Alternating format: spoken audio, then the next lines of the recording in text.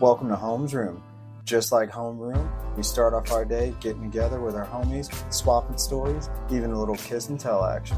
This podcast contains language not suitable for younger listeners, topics about sex and mental health. Discretion is advised. Our views are our own. Let class begin. Heavy on that mental health for this one. Welcome back. So I finally decided to do an episode that Caitlin's been kind of not bugging me about, but like today is like just one of those good ones where the episode that dropped in our real timeline and the episode that we're recording have a little bit to do with each other. So I'm kind of excited. I think Caitlin's going to be excited now, but this is going to be one of those ones by the end where she's like, Jesus H. Christ, Matt. I don't know. So we'll see. But how are you? What's going on? I'm hanging in there, homie. At this point, I'm in therapy twice a week.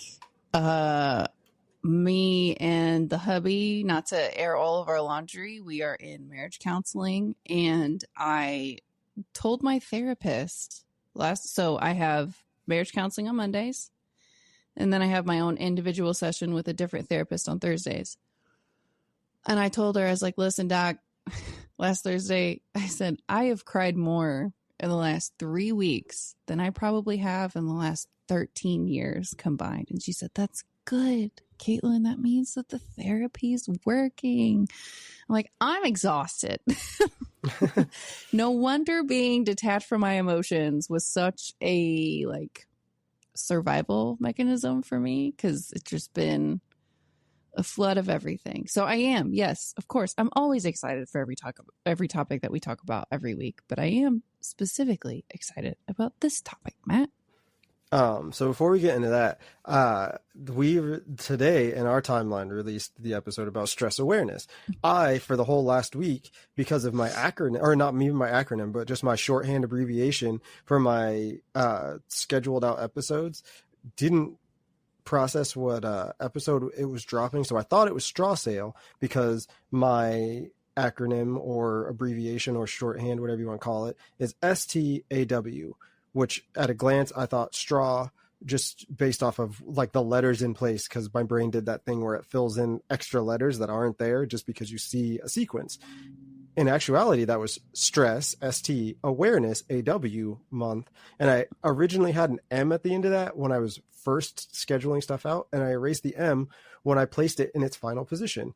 And that was fun. So this week's episode dropped and had zero promo. So either the straw sales one is going to do terribly based off of the numbers that we opened at, based off of where we would normally be, or this episode is going to like pick up steam at the end of the week when people are like, oh, that's not the episode I thought it was.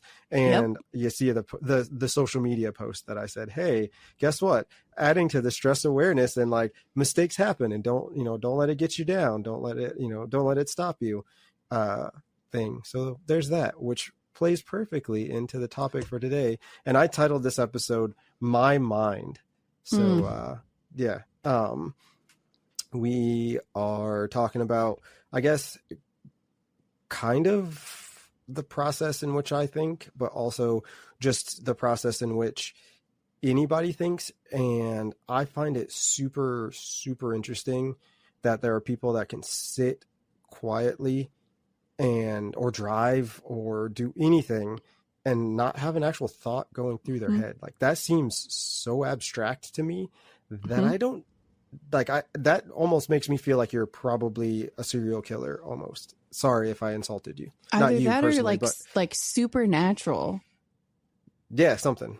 I'm like, cannot relate. Like, I don't understand how you just turn your brain off and you don't have background noise that you have to fight. Yeah, it's so weird. So weird. Like I said, heavy on the mental health. But I did want to ask you, because that episode about stress awareness dropped, and I remember thinking it while we were recording, but it didn't. I didn't have a way to phrase it in the moment, and I didn't want to necessarily interrupt you. But listening back to it today, I asked you about like how do you identify, but like basically how do you, like, are you work Kaitlin or are you like home Kaitlin, and which way do you like find the most like connected, and you said, well, the answer is actually both. And I thought it was super interesting. And then I listened to your explanation, and I started to think about all of the times that you've said that. And one of the things that kind of stuck with me is you take everything like two ways. It's either career or mom. And I'm curious as to where Kaitlin falls in all of that, because Kaitlin is not mom and Kaitlin is not career. So is there a Kaitlin in there somewhere, or is that where you just fall? There is a Kaitlin somewhere in there, Matt, and that is exactly why I am in therapy twice a week now. Fair. I am. It is a very black and white way of looking at the world of 2 + 2 = 4. Either this problem falls into mom marriage life or falls into career life. Coming into the, realization now, especially after my dad has passed away, my husband and I have just dove headfirst into this season of toddler parenthood. I really wish I had a more concrete answer for you right now, Matt. No, that's fine. Like I said, it was just a thought this morning at 5:30 when I was listening to that episode. And it is something that I am working to find an answer to, because I've had several. My therapist on Thursdays, which is my one-on-one session, has asked me that, or a version of that, multiple times. And right now we're going through a type of therapy where I'm personifying, or like giving an identity, or I'm individualizing all these parts of my personality that I struggle with, and I'm putting a personality behind them, and I'm sitting all of them around a conference table where I'm at the head of the table and we're having a work meeting. So I've gotten as far as my inner critic. Matt, you got to meet her. She's a badass bitch. She is who I want to be. She is badass. She has a fabulous outfit on. But one thing that I worked through on my session last week was that my inner critic, when I'm giving her a personality, she is holding a Stella bottle in her hand. Because when we are drinking together, we are 2 peas in a pod. We are plotting, planning, doing all kinds of things. When I'm not, she is ruthless. So that's my inner critic, as far as I've gotten through with giving her a personality, or giving her a face that I can have a conversation with and do all of that internal heart work and hard work and everything that comes with that. The only other part of my personality that I have identified, shout out to Miyazaki, Studio Ghibli, his very iconic animation style. There's a movie called Spirited Away, where it is a sweet young girl who has to battle through all these things to reverse a spell that a witch puts on her parents. This sounds insane without any additional context, but part of this movie are these things called suit sprites, and they are little black fuzzy pieces of suit that just float around and do all this stuff. That's my anxiety. My anxiety is suit sprites from Spirited Away.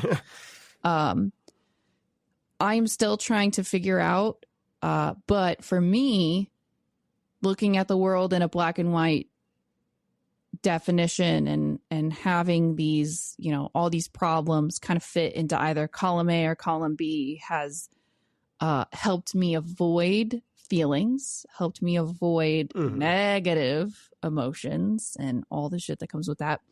But I'm also to a point too where that's no longer a behavioral or like a survival mode that is helpful or healthy for my marriage, for myself, and for my kids. So I'm learning just as much as you are too, maybe, Matt. So I just hope that Kaitlin is somebody that you like, Matt. So like I said, I just asked that because it popped in my head. Yeah. I don't think that like there's a right or wrong answer or anything like that. I think that each individual has to do that work and has to come to terms with it. And that's what brings us to, the topic for this episode specifically is just the fact that like the way that I process information and the way that other people process information to me always seems so vastly different. So like my favorite thing is when we have these mental health topics, I don't get any response to something that I said as far as like helping somebody or making somebody feel seen. It's only what you say, because you make up so much of the like not only like target audience, I guess, but also the like population at large who are dealing with things and nobody's really talking about it. So you give them, somebody to like listen to, and, you're in that trench with them essentially like right now. And the way that I process information and the way that I process my feelings and the way that I process all that stuff is just so completely arbitrary to anything anybody else has got going on.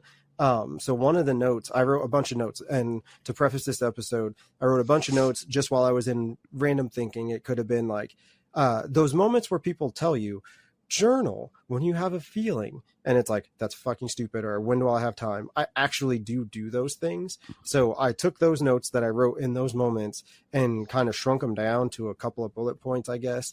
And one of the first ones that I'm going to talk about is, I truly feel, this is me reading the note, by the way. I truly feel alone on this planet outside of my kids. I feel no one gets me. I feel I understand people well enough, but for someone to truly take the time to understand me, or at least to try to seem to understand me, seems impossible. They have, or then you have the patriarchy and basically saying, it's kind of a pointless cause because I'm a guy, and nobody really gives a shit about guys' feelings anymore. And as many people say, guys, speak up about mental health, guys, whatever. That was our worst performing episode we've had, is men's mental health. And that just like reiterated the fact that nobody cares. So like, maybe people should care, maybe people shouldn't care. But regardless, like I said, I always feel like I'm an alien on the planet, because I don't, like, I process information really quickly. I react in a way that like to a lot of people seems super rational, and like, damn, that was good thinking. I wouldn't have thought of that. And all of those things come from the time before, and the time before that, and the time before that, and the time before that, and being able to recall that information. One of the quotes I just heard is, intelligence isn't learning, or isn't holding knowledge. It's being able to recall knowledge. And that is exactly the way I would describe me. It's not that I'm smarter than anybody else. I can just recall the information. We've done it on here countless times about stupid movie quotes or connections to something. And I can just recall that information super fast because my brain's moving at 1,000,000 miles an hour all the time. So all of those outcomes that like seem super far off is just the thing that my brain does really quickly. So again, it makes me feel like an alien. I don't think you are alone in that feeling. I think other people might conceptualize it in a different way. But as you're saying that, I can relate a lot to that, Matt. Especially in the context of my marriage. I'm married to somebody who does not, we walk into situations with different foundational assumptions of what's at work before we're even at the table having a part in the conversation. But, I've been very open about my grief, my grieving process, my just difficulty of just like complete rejection of gender norms. I was so adamant that from day one of pregnancy, I was not just going to stop being Kaitlin because I also hatched a human being, and it's but see, right there, that's a moment right there where you saying that will bond to half the population simply because they will relate it to, I'm a mother, I also have that problem. But where I'm standing, there's not a relation to that. There's not a way that they can draw that parallel and put themselves in a situation similar to what I've gone through. think, Matt, that's so interesting. Saying this as your homie, I think, Matt, that you even embracing vulnerability enough to say, I feel like an alien and I feel like people don't understand me. And I don't know that there's anybody in my life that completely understands like my perspective or my thoughts or, you know, how my mind works or anything. I think you will be surprised with how many of our listeners agree with that perspective and can see at least a little bit. What you're boiling it down to the simplicity of it. Like, you're, in my opinion, oversimplifying it. It's not specifically that feeling. It's why I have that feeling, which we haven't gotten to yet. You were going to, like, you know, the connection with your kids. And that's also something that you talked about in the episode that dropped today in our timeline. Mm-hmm. And again, that's a thing that people can connect with. You talk about your, you know, ADHD, and that's a thing that people can connect with. I've never been diagnosed with any of those because I never get far enough into a therapy with anybody that doesn't say, well, you seem like you understand enough about what's going on that I wouldn't like it. There could be, but I wouldn't put you on those, I don't want to call it plans, but like on those, you know, I wish I could remember the name that they call it in therapy, where they say, we're going to work towards this and give you, you know, this strategy to, you know, try and help you out. I've never gotten any of those diagnoses because they often are just like, well, you seem really in tune, or you seem very self-aware. Mm-hmm. And you've said, you know, self-awareness doesn't fit, but to a degree it does. And if you understand and are willing to do the work, or have done the work, or at least ask yourself those hard questions that the work is a part of, it does kind of lead you down that road, which again is one of those things where, you know, how many people are out there saying, you know, I sit down, I think about these hard thoughts and I don't recoil away from them. I don't, you know, can't relate, Matt. Yeah. See, and that's the thing, is like right there, like that's the, like the crux of this, that just seems so interesting. And one of the things that I do that, you know, some people probably can relate to, but also maybe not, is having an unshakable urge to support others, even though it appears they don't support me. So like, I have one friend who, she was, the last time I physically saw her, she was at the lowest point she could possibly have been in. And I worked with her, and I gave her, you know, all the help that I could give her. She went on about her life, and now she's in this place that she's in. And I still support her on Instagram. I support her businesses. You know, I love seeing pictures of her kids, but I just feel super strange because I don't know that she's ever actually supported me in any way, shape, or form. And like, I guess she's bought some, like I've made some signs for her once. So like, I guess in a way that's supporting her, but she also got something out of it. So like, is it support, or was it a mutual, like, hey, you can do this thing, I want this thing? And that's where it stopped. And we've never really interacted outside of that. And I just always think it's so interesting to be somebody, like today is a perfect example. I made cupcakes for some of the staff at my school that I work at, because one of them, their favorite is mint and chocolate. And I make a really good Andes mint cupcake. So I made some Andes mint cupcakes, took them to work. And that's the thing I used to do all the time, just because like there was no reason for it. I would just be like, I'm going to make some treats and bring them in, or I'm going to go do this. Or I'm going to go out of my way to go get you this thing that I heard you talk about that you like because you like it. And that's just a super simple, like, no effort put in. So like, you know, those are the moments where people would go like, oh my God, it's so amazing that you do that. To me, that's like a step above like effort. You know what I mean? Like, it's not really super effort to put in. And because of that, it's weird to me that people don't also have that thing. Like, to them, that is a like super stretch to go do. But to me, it's not anything. Yes. I think part of that too is a difference in love languages. first and foremost, I saw those cupcakes. The cupcakes were beautiful. I, in fact, almost commented on your post and said, please, this is my address. Mail those to Missouri. Mail me one or two, please. But then I remembered that I hate mint because it tastes like toothpaste, and I don't like any desserts that have anything to do with mint. And those breath mints that they gave you from the Olive Garden, I don't ever eat. So they were very aesthetically pleasing. Put those on Pinterest, and I'm sure you'd get a lot of traction on those pictures because they were beautiful. However, you're talking about your friend, and you putting this effort into that relationship and not feeling like you're getting that effort matched back to you.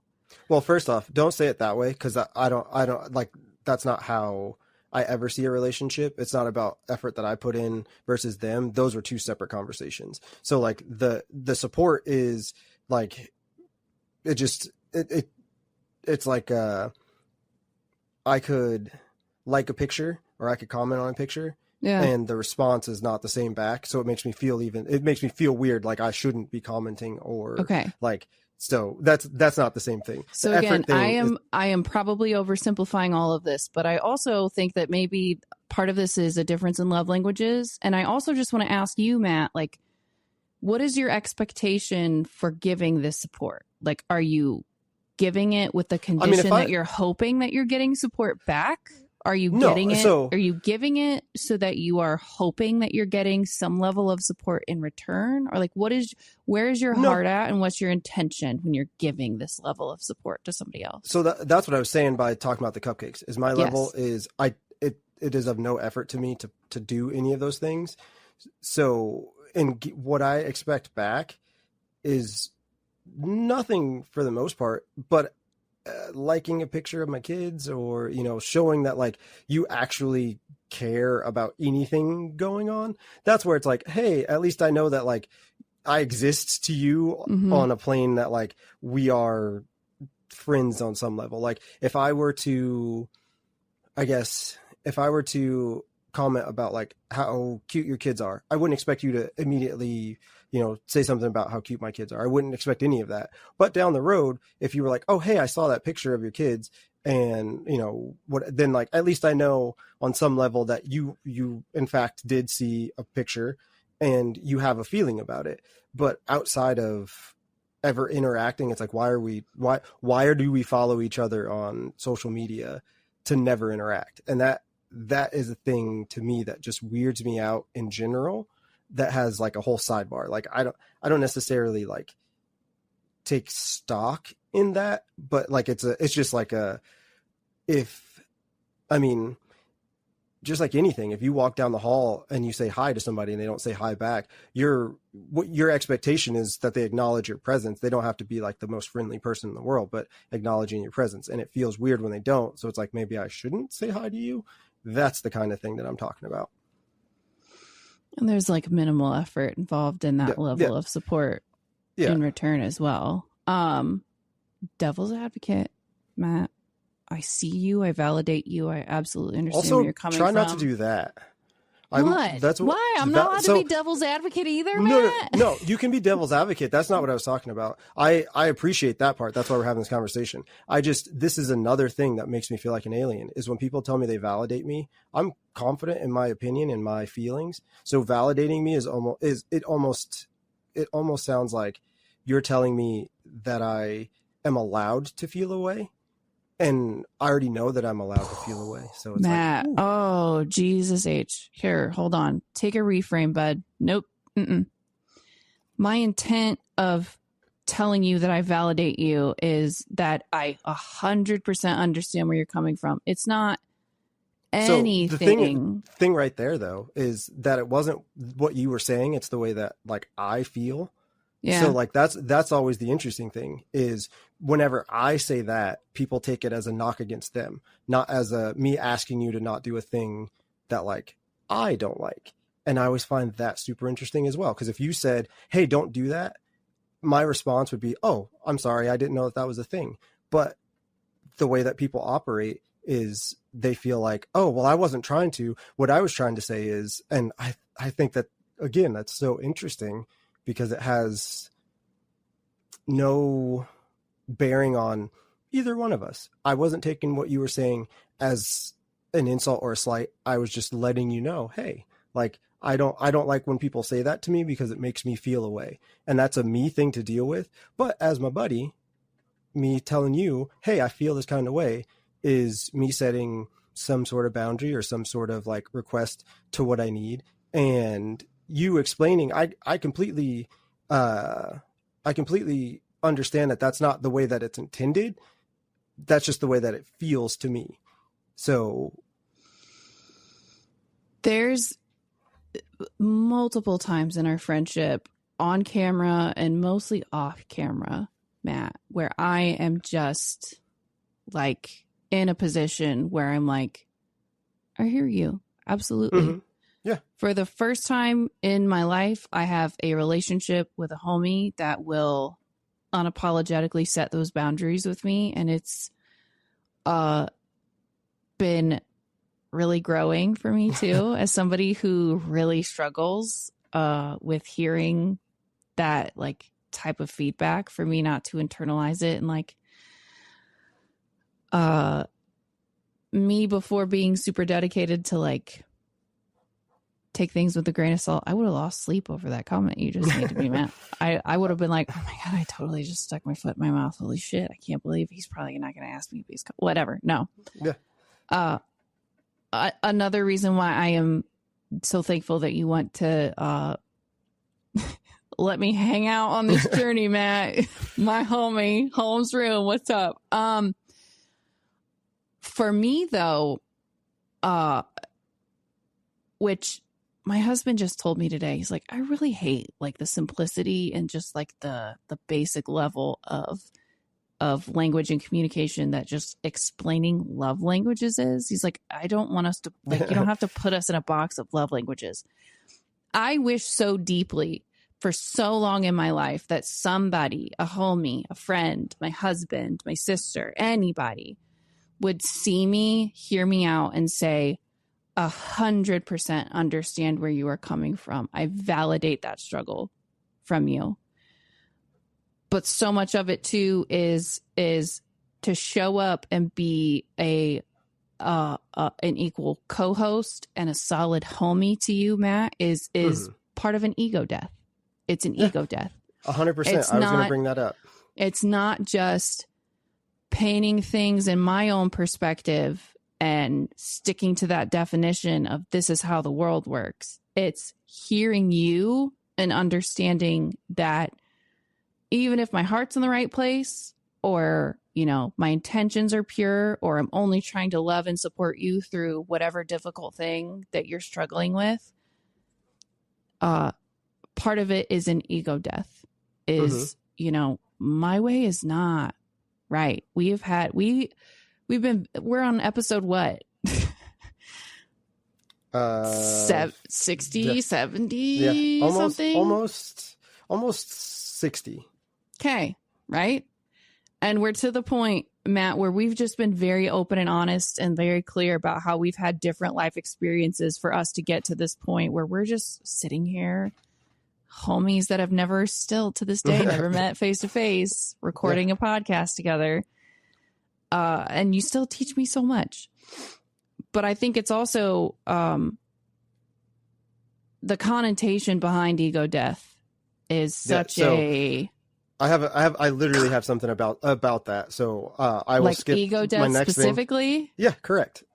Because that is the only way, in my opinion, to actually become better is to have not just one ego death, but several pieces of it break off as you go. Oh, because Lord, Matt. every time you chip away at that, I just love you. Just let me love you. Well, I mean, I'm just saying, like, I literally have a note about that. This one, I was thinking about a TV show, and the like specific scene popped in my head, and ego death was kind of on my mind because I was trying to take time to write these notes at this point. So this is one of the last notes I wrote, but I was already in that place of like, I'm going to record this episode. So it's a little bit more, I guess, put together because I had already thought about it. But the note is, how many people become okay with the taste of their watered down self?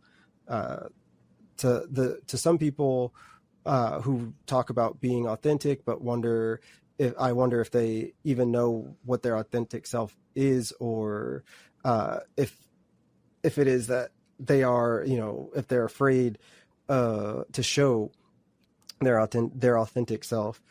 I think about an episode of the show Angel, like vampire spinoff of Buffy, Angel, David Boreanaz.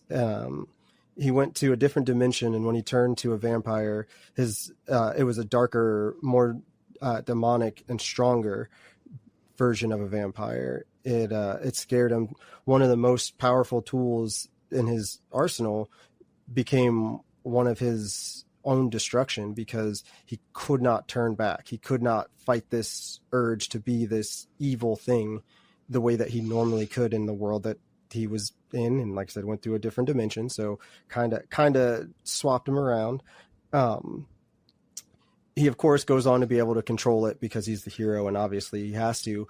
But in that same kind of vein, he had to learn a lesson of duality, and you must learn how to do both, and in essence having an ego death, and learn how to be who you are and who you want to be at the same time, and not have one fighting over, just a position to try and make something happen. And it's sad that there are people who can't figure out how to just be one of those things. And the way ego death comes into play with that is you have to realize that, like, this version of yourself that you've built might not necessarily be the version of yourself that, like, you are. And until you come face to face with it and make that choice of, damn, is this who I really am, or is this who I'm pretending to be? Is this who I really am, or is the outward of every sum greater than its parts? So I think when it comes to ego death, you have to have like several small ones here and there to make you realize, oh, damn, maybe I'm not the best father, or damn, I'm not the best mother, or damn, I'm not the best friend, or damn, I don't help people as much as I thought I helped people, or my motivations for helping people aren't where they belonged, or whatever those things are. And when you come out the other side, as scary as it may be, I feel like a lot of times you end up being like, damn, like, I have let go of a thing that used to weigh me down because it's no longer a thing. And I always bring this back to this.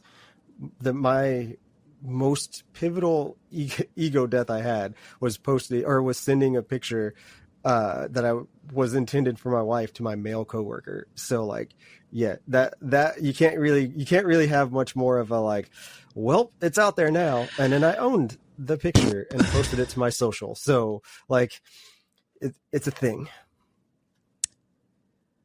Oh, Matt. The soapbox. Hey, listeners, remember when I said at the beginning of the episode she was going to be like Jesus H Christ? So she's substituting. Matt? She's substituting. Jesus H fucking Christ. Here we go. Oh my God. I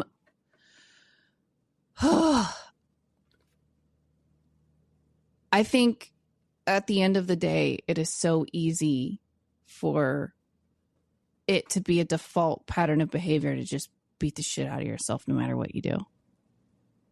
If you're coming from a good place and your heart is in the right place and you're not trying to cause harm to another person and you're just trying to love them through another struggle too, that's a dub in and of itself. It's another level of like, I guess, even just homie to homie. It's another level of intimacy and vulnerability and courage and strength to be able to have and like peel away that surface level of, let me set this boundary with you. Or I hear what you're saying. I understand where you're coming from, but this is actually how I feel loved and how I feel validated. And it's not by doing what you just did. What I'm learning, I'm turning 30 here in the next 2 months. I'm a baby. I don't know shit about shit. But for so long, my go-to definition of strength and like my go-to definition of what showing courage was running head down, bull in a china shop, so far away from emotions and away from softness and away from femininity and expressing emotions and all that shit. What I'm learning now in adulthood is anyone who wants to openly express a level of vulnerability or openly express a level of emotional intelligence or emotional insight into where they're at, it shows so much strength and so much courage. And it also shows so much trust in that relationship that you have with that other person, where you're like, hey, I don't know how this is going to, I don't know how you're going to stomach this. I don't know how you're going to take this, but I'm still going to man or woman the fuck up and tell you, like, hey, adore you, see that your heart's in the right place, but this is also what I need from you. I think Matt, ultimately, I hate to bring it back to this, but we are all just idiots floating around on a rock with internet access. But I love your perspective, and I really, really hope that you feel less like an alien after not only having the courage to continually have this platform, continuously have these types of conversations open. I love that you said that, because my next note is about that exact thing. So I'm glad that you're hitting these points that I have these thoughts about, because let me just also tell you, Homies of Homes Room, he's reading from a list of notes that I don't know what the fuck say. No. So like, you know, the concept of some of them, because I listed like kind of some of what it was about to try and like get you to understand what the episode idea was, but no, you don't know what's in them. So this next one is a note that I was thinking about when I was thinking about like why I can't connect to people, or why people seemingly can't connect to me more than, you know, like superficially. And I always think that this is like such a weird thing. Again, we talked about how like people can just sit quietly, and that doesn't, like, I don't get that. But in quotation marks, it says, "How was your day?" And that thought bounces around in my head a lot, because is that the death of your universe for what seems like everyone sharing just enough detail to say something, but holding back to really be not saying anything at all? Whereas my universe is filled with stars, and everyone has its own story to tell. The problem is, how do you explain the stars to someone who's never seen it before?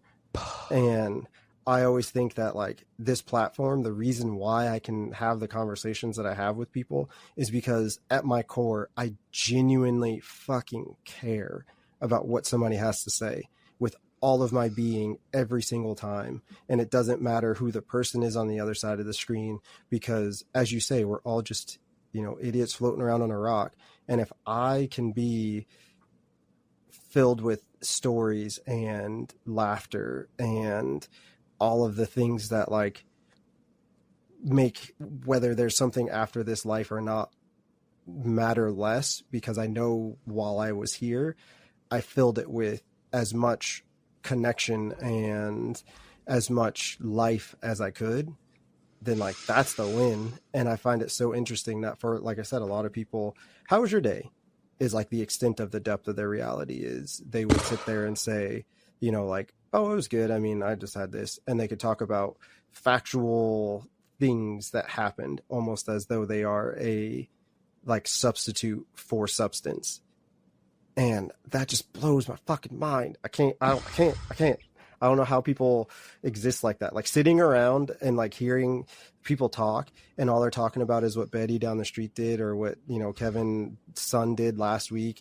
And like, that's the extent of the conversation. And once those things fizzle out, it's either another story like that, or they just sit quietly and like stare off or whatever. It's like, so the other day I heard this thing that made me think, so how do you feel about this? That's a conversation. crazy.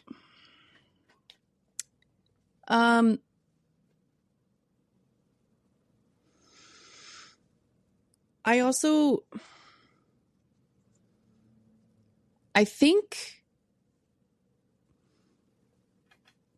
as much as embracing softness and vulnerability is showing strength in adulthood, I also think that there is a level of simplicity in following the ideal as ignorance is bliss.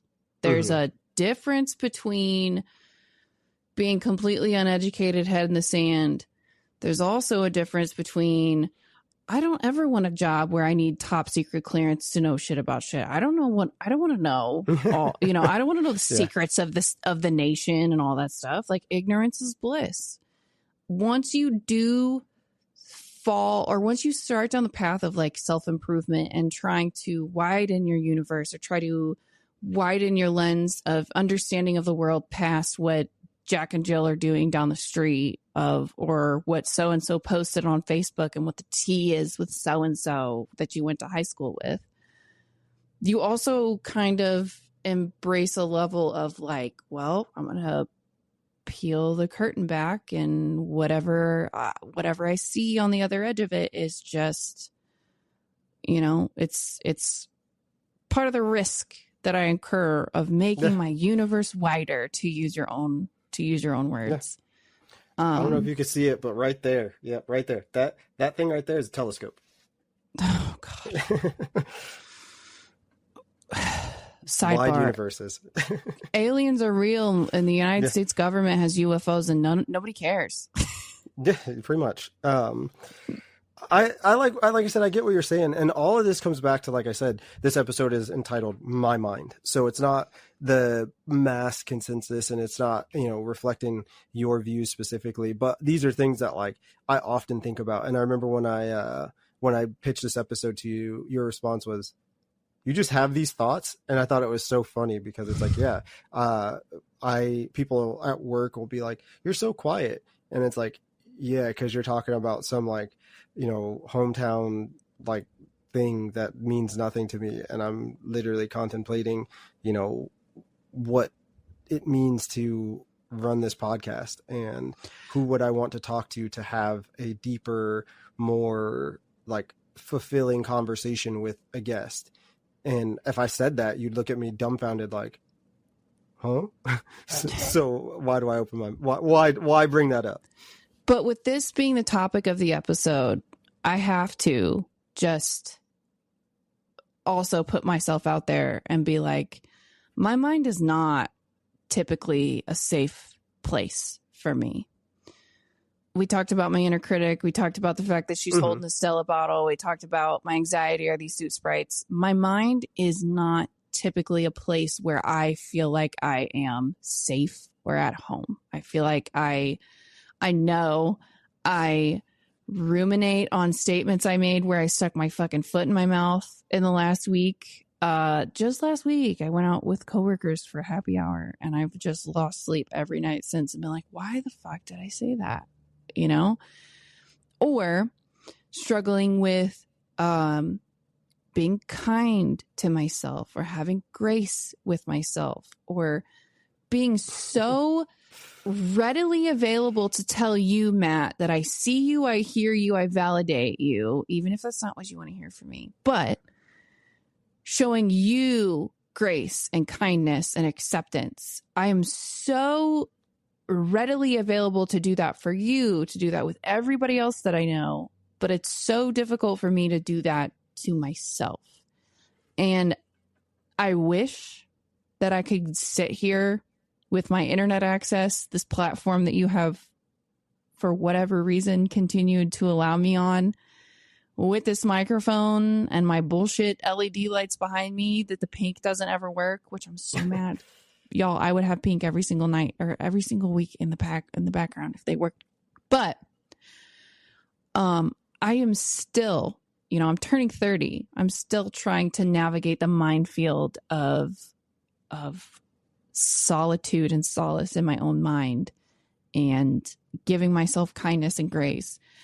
it's a work in progress. It's something that I'm trying to figure out. It's not something that I felt super motivated to get better at until maybe, honestly, this podcast and also motherhood, because we had so many conversations about, loving and accepting yourself and being kind to yourself and all the other past episodes that we've recorded. But I'm also trying to figure out how to just be nice to myself. See, but that's what makes you part of the majority and not the minority, because everybody's going to do that, Matt. How you do that is, like I said, a bunch of tiny ego deaths. No, you pay somebody thousands of dollars to prescribe you stuff and talk to you every once in a while. Bitch, I've been medicated for like 2 years now. So you have to do the at home kits that they give you, and that's the hard part, is to sit there and say, at home kits. Yeah. Okay. Ask yourself this list of questions. Okay. Next time you come back, if there's anything you want to talk about, meaning think about something at home that you want to talk about, and then come back and we can talk about it. The at home kits. But again, like I said, I think more people are going to relate to that than the things that I've said specifically. And I mean, correct me if I'm wrong out there, people. I'm fine with that. But again, it's just so funny to me. But this is also something that you might connect with. You might not. One of my last notes is being able to trust the result. And I sit around and watch people who they have that urge to like jump in and to like, somebody's doing something wrong that they taught, or somebody's doing something wrong that, like, maybe you're a management and they're, underneath you, or some sort of situation where like your husband's doing something, not you specifically, but just in general, or your kid or your wife. And being able to trust the result. It may be hard. It may actually work. It may not actually work out, but you really have to be able to trust the result of your actions, your teachings, your impact on others. Too many people become overbearing, and that will undermine the other people's ability to work, because they don't trust you. So not only do they think you don't trust them, but then they start not trusting themselves. So then they don't trust you, because it's a cycle of people thinking, oh, well, I must be doing this wrong. And then they have to wait for you to approve that they're doing something right. And that just makes it that much. There's a delay now, because it's like, oh, I'm going to do this thing. Oh, wait, let me make sure that this is what they want me to do. Because if I do this wrong again, then I'm just going to fuck it up. And then it's just a cycle, and people get caught in that. And you have so many people do that to you in a lifetime. How do you trust yourself? How do you not fall into that pitfall of, I don't trust the voice inside my head. It's not a safe place, because everything has been telling you that, like, your thinking is wrong, or your reaction is wrong, or the way that you handle this is wrong. And to me, like I said, you have to be able to trust the result. And when people start treating you that way, you can either take that step back, or you can let them think that they're, keeping you on the rails, and just know that inside of you, you have the confidence to say, I know what I'm doing. I know that I belong in this situation, and I'm just going to trust the result that I can produce, and just say, yep, okay, got it, and keep it moving. Insert Jesus H. Christ. Honestly, I hope the promo for this episode is just a collage of my fucking face expressions. This one, I was literally thinking this one's going to have to be a video. I'm like, Matt, I know I'm due for another round of Botox, but you just keep laying this shit on me. And I'm just like, listen, Matt, I'm already in therapy twice a week, homie. What else can you lay on? Like, no, completely see where you're coming from. It's not, I don't think it's just trust the result. I think it's trust the result, but also know that only so much of the outcome of what you put out into the world and the reaction to what you put out into the world is your problem. Yeah. Like it is trust the result, but also trust that the people that you are embracing vulnerability to express yourself to have your back enough to hear you out and also meet you where you are and love you and accept you for where you are, while also understanding that sometimes you're going to be putting yourself out there and, you know, doing exactly what you just said, Matt, but you have to trust the result, but while also understanding that you're setting boundaries to protect your own personal peace and your emotional health and your mental health. And that sometimes there are going to be people where you're not going to see eye to eye, or that are not going to respect the simple boundaries that you are setting. They're not going to say, I hear you. I understand what you're saying. I absolutely will think on this. I appreciate you for embracing vulnerability to set this boundary with me, Matt.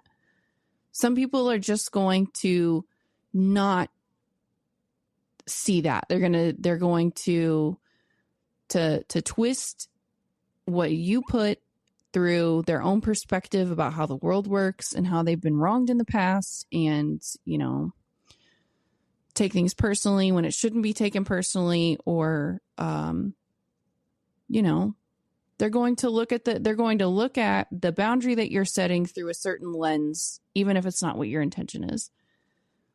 Trust the result, but also know that you setting your boundary is enough. You cannot control how other people react to those. If they love you and accept you and want to hear you out, that's one thing. But, you know, Matt, we've had conversations about people that I've gone no contact with in the past that I did set that boundary with them. And I said, you don't have to like it, but I just ask that you respect it and hear me out and understand where I'm coming from, and just a little. And they couldn't even do that. And it wasn't worth disrupting my personal peace and the work that I was doing on myself to it wasn't worth compromising my own personal integrity and the dedication and the process that I dedicated on fixing myself to allow this other bullshit. Like, you know, yeah, you trusted the response or the result and said, hey, I know what's best for me, and I trust the result that this showed me I don't want it. And I don't need somebody to try and tell me otherwise. So and is it more, Matt, is it more trust the result and follow it where it leads you, even if it's someplace that you don't want it to go?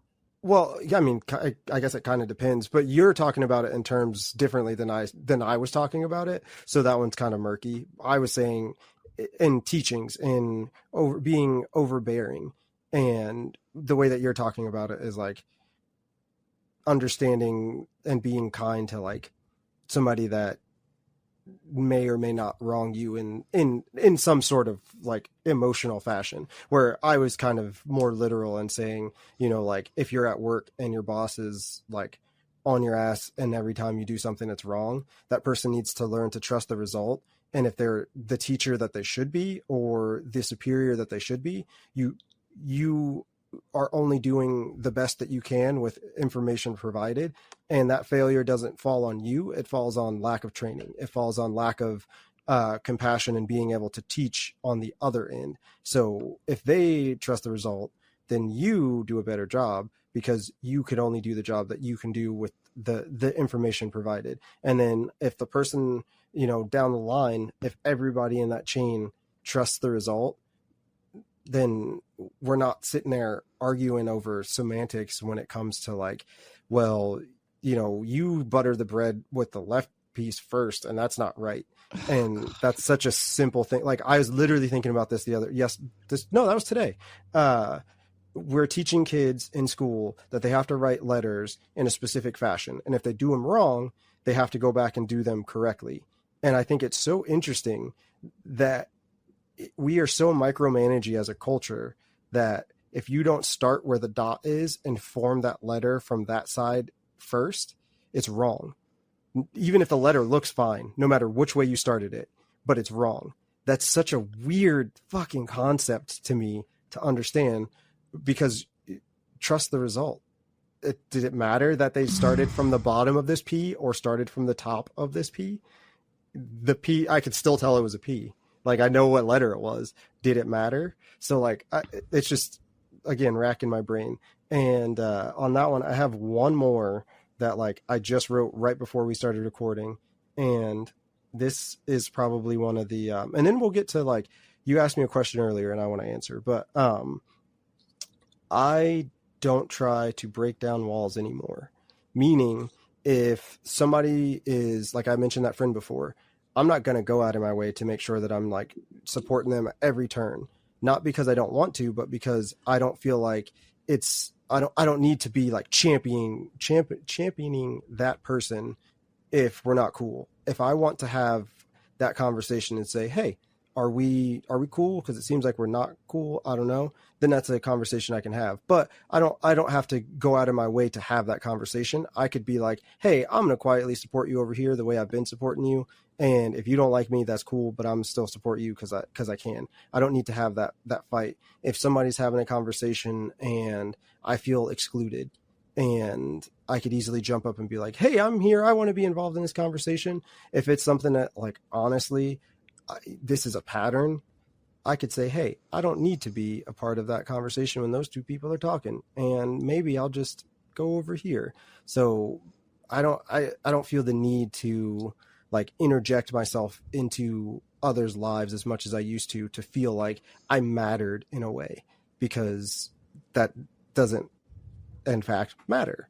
What I do now is think about the things that make me happy and spend that time instead of worrying about, why I don't click with this person or why I don't click with that person or why, this isn't happening or why I feel like whenever I have a conversation, people tune me out or people, like are quick to jump to another conversation almost as though what we were talking about was less important. I used to care about all of that and get hung up. Now I think, man, what would I want to do on the podcast? Because that matters more to me. I think, man, I wonder if Kaitlin has any ideas about, something she wants to talk about, or I wonder if Courtney's having a good day, or I wonder if my girls are having good days or what they're doing. And I send my thought to a more like productive thing as opposed to trying to spend my brain power on how to break down this wall. And it's just not worth it. So that was like the last one I wrote, like literally probably an hour before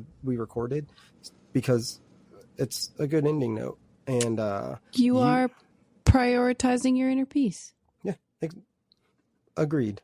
You asked about not feeling so much like an alien after having these conversations and, like specifically this episode and all that kind of stuff. The one person that I can honestly say made me feel like less of an alien, and this is going to sound super crazy, is Ronda Rousey, like the MMA fighter. Her book is probably like my favorite book ever in general. I don't have very many that I download so that I just have it whenever I want on my phone. I've downloaded hers. It has not left my phone, and I just listen to random parts of it every once in a while. She's got a new book coming out, and I'm super excited. Hopefully it's just as good. But she said something in a chapter where she was talking about fighting, and she said, pain is just information my body is sending me. I can choose to ignore it. And I've never heard anybody explain it. And she was talking about physical pain, obviously, as she was in a fight. Mm-hmm. And I've never heard anybody explain it that way. And she went on to talk kind of about like the way that you process things. Your body is just a computer processing information, and you can choose which information suits you, which information doesn't suit you, which information, like how you need to react to all of these things. And I've never heard anybody else say it in the way that she said it. And it did give me validation, because I literally never heard anybody else say it. And in that moment I was like, man, but also she's somebody that like is known for having a bad attitude and being, like her like hashtag was like team real mean for a while, because people treated her like she was the villain and the bad guy and all that kind of stuff. And I think that somebody that had that persona being as vulnerable as they are shows completely two sides of a coin. And if somebody like that can do it, why can't I? So to me, it's just like, I feel less like an alien seeing people do that. And I feel less like an alien when I can have a conversation with somebody that is present for the conversation and not, like, well, in my experience the other day, taking it to something that like ultimately has no bearing on what we were just talking about because they wanted to eject that thing from their brain. And while that's fun sometimes, and while that's suitable for conversation, it's at times where it's like, hey, I'm feeling this thing and I just need you to like accept that I'm saying it without regurgitating some like, hey, well, like I know exactly what you're going through because I did. And I think more people need to understand that like sometimes you just need a buddy that's like, damn, that sucks. I hear you. That sucks. There is a difference between listening to hear and listening to respond. Mm-hmm. And it is something I am definitely still working on. So, yeah, I think everybody is. And I don't think it's something that we should ever stop working on. It's something that we should constantly do. And again, like I said, this episode was entitled My Mind. And it was just like a tiny snapshot into the things I think about in a day. Because like I get up at like 5:45 and I usually probably don't fall asleep till like 10. So all them hours in there is stuff like that, just bouncing around my brain. And like I said, I ask myself the hard questions. I sit in deep thought because I could be like, I am, I guess I will give you at this particular point in time a trigger warning for suicide. I am 3 attempts at this point in my life. So like I've been to the bottom of those wells and have been like, you know what? Like, this is it. I carry a TH on my arm and a batarang for my friend, not as a sole reminder of his life, but to remind me that like what the impact of him not being here looks like. Because at the end of the day, I see the holes that he left. I see all of those situations. So anytime I fall into deep thought like that, I have a reminder permanently marked on my arm. And it's no coincidence that it's where I have my half sleeve for my book is located, because it's about passion. It's about understanding that like all of these things are intertwined. And again, my mind is a crazy place, but I would rather, suit up and fight it out in there than to just let it go blank and numb and ignore all of those things and become like I said, somebody that likes the watered down flavor of themselves. I know I'm not the only person that believes this, but I'm really glad you're here, Matt. Well, thank you. And thank you for listening. But we're going to give you what you got first. That's what she said. Oh, shit, Matt. You could just do a really quick one. And I like literally, you Here's got the deal. time. Embracing the ego death, understanding that it is okay for you, understanding that to see and understand another human being, it's not a competition of whose life sucks the most or who's struggling the most. It's not a fucking competition.